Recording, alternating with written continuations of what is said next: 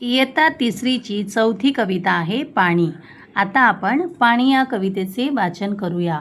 कविता चौथी पाणी.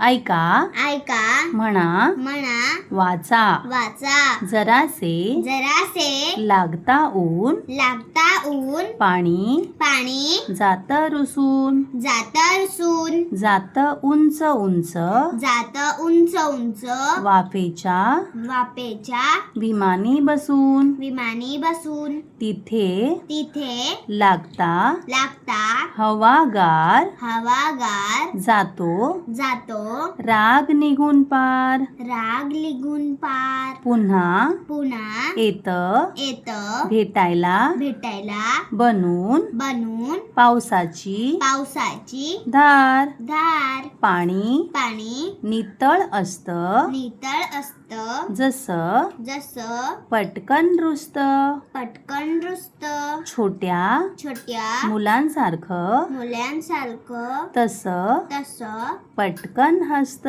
पटकन हसत. या कवितेचे या कवितेचे कवी कवी आहेत डॉक्टर डॉक्टर नीलिमा नीलिमा गुंडी. गुंडी.